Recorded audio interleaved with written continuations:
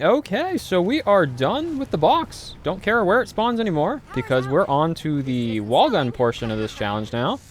I think I'm going to start off with the Olympia here. I definitely think it's the worst option, so I think I just want to get it out of the way. So I'm hoping that this half of the challenge is going to be easier, even though the even though the weapons are worse, just because, you know, they're right here. I can buy ammo whenever I need it. The main restriction of this challenge being the lack of ammo will not be a concern when it comes to any of the wall guns. And also, since I can start off with the guns right away, I guess that means I'm probably going to ban the regular pistol and base knife. Maybe not the base knife, but at least the regular pistol. That way I can say the only gun I used is whatever weapon I'm stuck with. Although I guess I'd only really be able to implement that in the Olympia and the M14, because otherwise I'm going to have a bunch of doors to open for all the other wall guns. But yeah, until I can get like the power turned on and Juggernog and all that, probably going to struggle a little bit, because getting headshots with this thing is not very easy. Looks like we're getting a break in the weather. I did say I could use the base knife, so I should probably be doing that. I don't really think even upgraded this thing is going to be any good at killing George. Maybe when I make it to the goal round of 20, I might try and kill George then, but until then, I'm probably not going to have enough points to be, you know, it costs 4,500 points to buy upgraded ammo. I'm probably going to be struggling just to make it to Juggernog here, let alone get to 20 and then try to kill George. It'll probably cost like 20,000 points of ammo, upgraded ammo, to kill. But then again, you know, I never use the Olympia, upgraded or unupgraded, so maybe I'm underestimating its power. Although I might be able to kill George if I get a few of these. Somehow, as often as I play this map, I always forget about the death machine. You know, having the Olympia isn't really much better than just using the base knife and pistol. I think I'm probably going to be forced out of here on this round, which is usually about how far I make it with just the base knife and pistol. I mean, we'll see. I'll go as long as I can here, but yeah, no, okay. That was a bad time to say that, because I'm immediately forced out. I probably need like 8,000 points to open the doors necessary to get Juggernog and turn the power on. I definitely wasn't paying enough attention to my ammo. It looks like I need to find a way to loop around before I go any further so that I can buy some more ammo. So I'm thinking the Olympia is probably like the third, or maybe it's the second worst gun to possibly do this challenge with. I know that on the older maps, the World at War maps, there's a gun. I don't know what it's called, but I know that it costs only 200 points. And the reason it costs that little is because of how incredibly horrible it is. So I'd imagine that whatever that gun is, that is going to be the hardest to complete this challenge with. Hopefully it's not too much worse than the Olympia, though, because, I mean, I'm only on round 5, and I'm, like, already afraid of dying.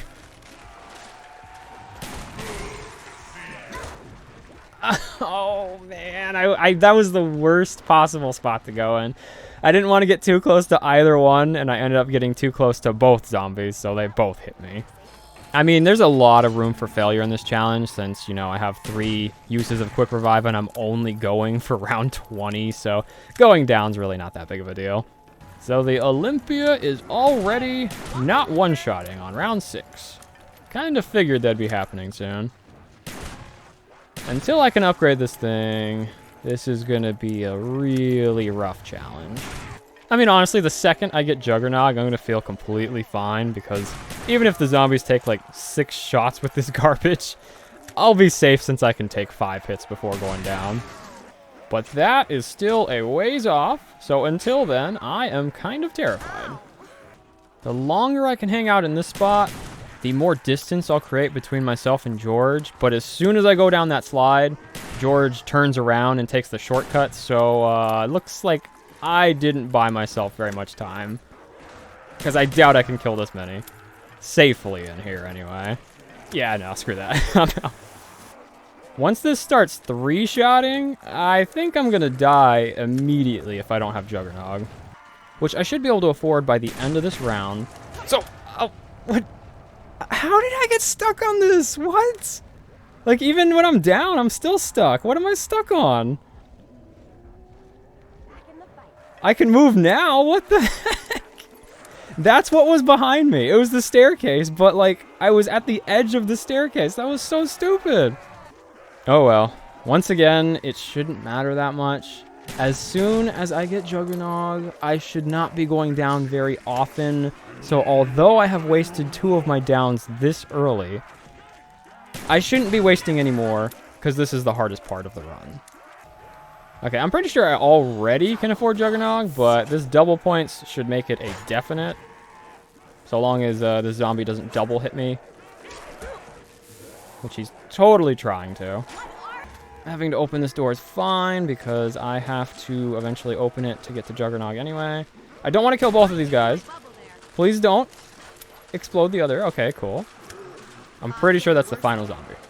And now the next hardest part of this challenge is going to be actually surviving until I can afford to upgrade. I really don't remember how good or bad the Olympia is when you upgrade it. It's like Hades Flame or something. I'm hoping that it at least has enough ammo to recoup the 4,500 point cost in order to get your ammo back. I mean, if it's not, I guess that would be the one thing that makes the Olympia unique, that buying ammo and then using all of that ammo gets you less points than the actual cost of the ammo.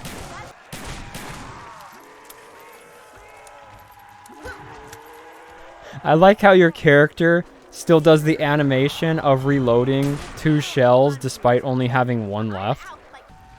Okay, so this is probably the next most dangerous thing I'm going to have to do. It is the middle of a round, and I have no ammo left, so I'm going to have to attempt to go back to the starting area with nothing to defend myself with. I think I'm actually more scared of upgrading in the middle of a round than running back here. I mean, this spot I feel really safe about. The beginning area is like one of my main training spots. Not quite where the Olympia is, but really, really close. But yeah, Pack-a-Punch. I don't think there's a single safe spot that Pack-a-Punch spawns on this map. Every single spot's in the water, and you move so slow in the water that if you got zombies following you, they will smack you to death. So I think I'm at the end of the round here. This might actually be the last zombie. If I rebuild some windows, then I'll be able to afford to upgrade. It's currently not spawned, so I'm going to have to do some waiting. But this would definitely be the safest time, the safest opportunity I'm going to get all game to do it. Literally the worst spot it could have spawned in regards to where I currently was on the map. But whatever, I still have enough time to make it, so it's no big deal. It's just annoying. Okay, so how much ammo does this thing have? I feel like it's 60? Is that right? Yeah, it is 60, and it's just called Hades, not Hades Flame. You know, I think your run speed is actually slightly increased when you Pack-a-Punch this. This feels like I'm just running with a pistol right now. But more importantly, let's find out if this thing actually one-shots. I think it was 3-shotting on round 8. It does one-shot on round 9, all right. Only one at a time, though? I think it's just one zombie at a time. That's pretty bad. Also, it almost seems like it has a built-in speed cola. It reloads, like, noticeably faster. I don't think it's quite as fast as speed cola, but it's close. I should probably try and prioritize headshots, but I feel like I'm gonna die if I do that. Oh, okay, that one killed 2. But I mean, you know, I'm just doing some simple math in my head. If it only one-shots 1 at a time, usually, and it's only given 60 or 50 points per shot, then, yeah, that's only 3,000 points using up the entire 60 ammo, which is less than 4,500. That's what I'm giving it. So, yeah, I'm saying it can't pay for itself to reload on ammo, which is why I'm worried about getting headshots. Well, George might get me killed here. I have to flee this spot, otherwise, if I stay there, he'll get me killed. I'm not that worried about changing spots in the middle of a round, so long as I know that there's not going to be like 20 zombies in front of me. If it's just a couple, since this one-shots, it shouldn't be any issue. Okay, so this is... What the heck? How did you spawn there? He was behind me the whole time. But anyway, This is probably a really bad idea, but I am going to buy speed cola. I still have half my ammo, so it should be okay, as long as I don't go down. But yeah, I just want to see how ridiculous the reload speed on this is, because its animation is already sped up just from being Pack-a-Punch, so with speed cola, yeah, that looks pretty ridiculous. Alright, here comes the tough part. George being here is really, really bad. I've been pretty lazy to move him at the end of every round just because it takes so long, but yeah, there's a really good spot you can move him to that basically keeps him out for the entire round. Well, I mean, it works in the early rounds anyways, when the rounds aren't lasting that long. George does walk kind of fast, so probably if I was in the 20s, I wouldn't be able to keep him gone for that long. I really wanted to get whatever that was, but... Oh, the sprinters are so annoying in the water because they literally do move faster than you do. I hate the auto-switching weapons thing they do. They probably thought it was really cool. They're like, oh, look, we'll make it so the player doesn't have to switch their gun on their own. We'll do it for them. How convenient for them, right? Well, in that situation, when I'm about to buy ammo for my weapon, I don't want to be switching to the weapon that does no damage at all. I don't care how much ammo it has if it's not going to kill a single zombie that's coming at me. But I mean, even worse, like if I had an insta-kill or something and I ran out of ammo with a gun and my pistol, you know, it would be good for the insta-kill. But what if I was currently surrounded when I ran out of ammo? I could knife if I wasn't forced into an animation of switching my weapon. That animation can sometimes get you killed, so that was a really dumb thing for them to force. Also, it really sucks that I didn't get to use this death machine on George because the death machine is probably my only method of killing him. But yeah, for anyone wondering, this is the spot that's really good to move George to if you have all the right doors open, because he has to... Normally there's a shortcut that goes this way, but if you don't go down there and you have that door closed, then George will have to go all this way to get back to the starting area. Have to go up 2 flights of stairs, then he'll have to go down like 3 flights of stairs. So normally when you kill zombies in the water, it steals a whole lot of points from you because they'll like turn into icicles, and then when they explode, they kill a lot of nearby zombies. But I guess in this challenge, since I'm using a shotgun and I get like no points anyways, killing the extra zombies is probably worth it. Or killing the extra zombies with minimal points, I should say, is probably worth it. Also, there's a max ammo. But yeah, even though I didn't get George all the way back as far as I could have, I still made it through the entire round without him bothering me, which probably should have saved that zombie to put him back because, yeah, he's there now. So for an update on the damage on this thing, it's still one-shots. It actually even one-shots the zombies that are behind the front one that you shoot. I'm honestly kind of impressed. Let's see if I can show it off here. If I can kill both of these guys. Oh, my death machine, don't you dare kill me! Okay. That was a terrible situation, but it immediately turns into a good situation because now I can waste this entire thing on George since that was the end of the round. I want to try and get him as low as possible and then kill him at the start of 17 so that way he'll be gone for 2 whole rounds rather than 1 entire round and then back the next. It's going to be pretty tricky to do though because George's health meter, his light, is super vague, so I'm going to have to totally guess when he's ready to kill. Also, it makes it harder that most of my damage was done with the death machine, so I really can't gauge how much the Olympia is doing to him, and that nuke might just end the round anyway. Okay, yeah, this is going to be tough because the death machine actually put him at his lowest health indicator, so I have no clue how close he is right now. It sure would be crazy if it took so many hits that I actually wasn't able to kill him with, what, I had like 14,000 points or something? I'm almost positive he's about to die, so I'm going to kill the zombie here and hope for the best. Please die, George. Please die. Okay, the zombies are definitely... Yeah, the zombies are here. That's not good. So I guess it doesn't really matter that I didn't kill him at the start of 17 because he would have just come back at 19, which is still before the challenge is over. So actually, ideally, I kill him at the start of 18. So I have one more chance at this. Oh man, I killed the last zombie without even noticing because one of the stupid zombies turned into an icicle and he exploded and killed the last one. I had a crawler. He better not do this again. 2 rounds in a row. He's gonna do it again.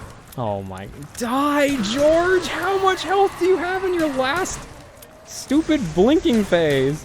Well, I guess George is at least making things interesting. I mean, pretty sure this would have been a very easy ending to the challenge if George had just died on 17.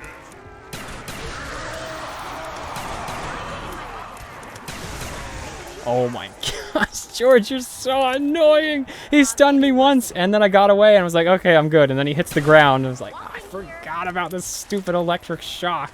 I wonder if shotguns do, like, nerfed damage to George or something. I know that the Matryoshkas do, and it kind of feels like most explosives in general do. But maybe shotguns are also nerfed on him. Just the idea alone of that is really stupid, though, because shotguns in general in Black Ops 1 are terrible. The idea that they would nerf them even further is ridiculous. Okay, I have one crawler again. Hopefully it does not explode randomly. I'm just going to kill George this time. I'm not going to try and kill him at the start of the next round or anything fancy like that. I just want him dead.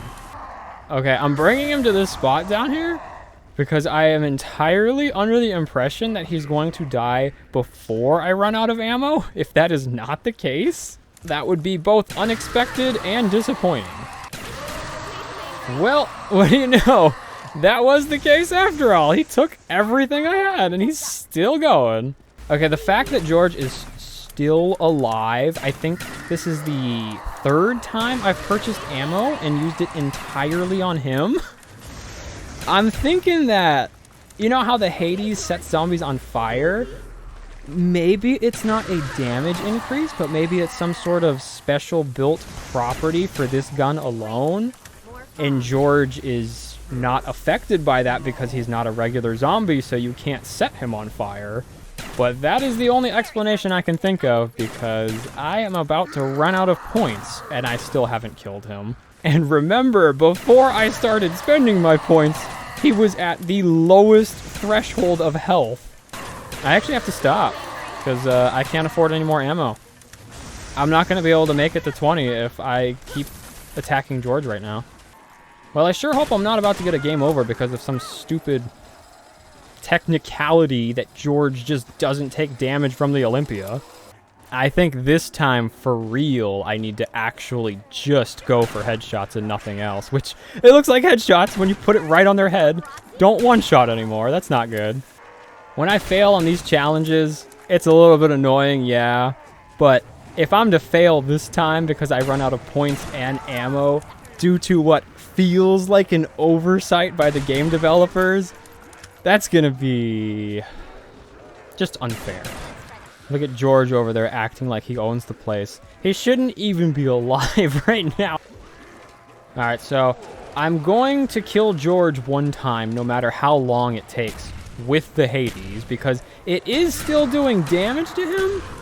Wow, what a terribly timed max ammo. But yeah, it appears to be doing the un-pack-a-punched version of damage to him rather than the Hades damage. It's like doing Olympia damage.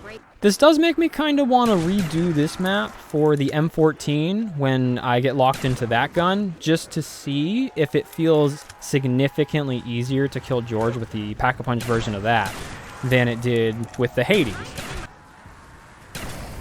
Oh, it actually killed him! I had 5 ammo left and I killed him with the 4th one.